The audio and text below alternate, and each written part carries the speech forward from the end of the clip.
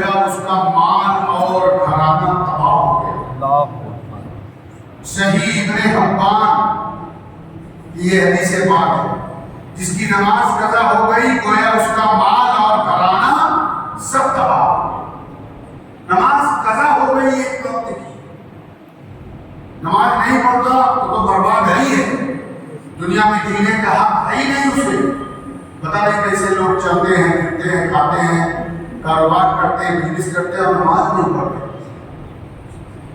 ان کو دنیا میں جینے کا حق نہیں ہے، کچھ بھی نہیں ہے ان کے لیے، بیکار ہے سب جو نماز نہیں پڑھتے۔ لوگ غافل ہیں،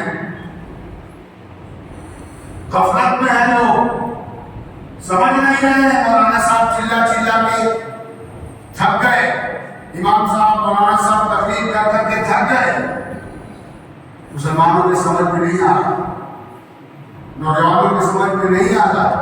میں یہ کہہ رہا ہوں کہ جو نماز نہیں پڑھتا اسے دنیا میں رہنے کا حق نہیں ہے۔ پہلے نماز ہے، بعد میں سب کچھ ہے۔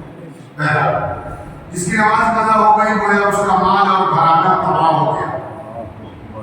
جس کی نماز سے عصر قضا ہو گئی گویا اس کے اہل و عیال اور مال تباہ ہو گئے۔ یہ ابو داؤد کی حدیث ہے، عصر کی نماز۔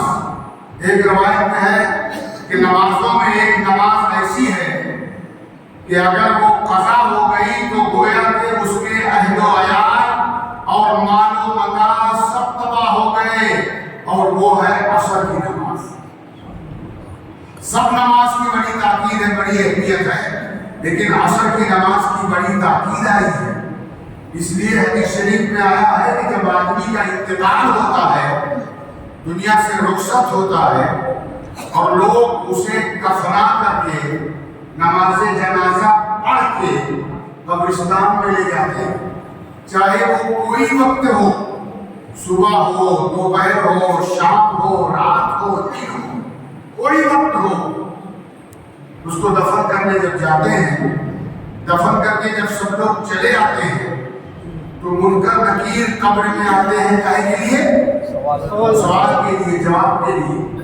تو جب اس کو اٹھاتے ہیں تو اس وقت کون سا وقت ہوگا ہے؟ عصر کا وقت۔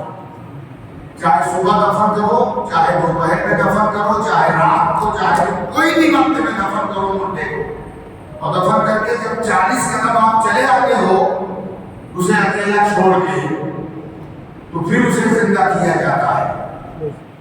اللہ کی قدرت دیکھیے، فرشتے آتے ہیں، اسے ٹھوکر مارتے ہیں، بیدار کرتے ہیں، زندہ کرتے ہیں، اور اس سے سوال کرتے ہیں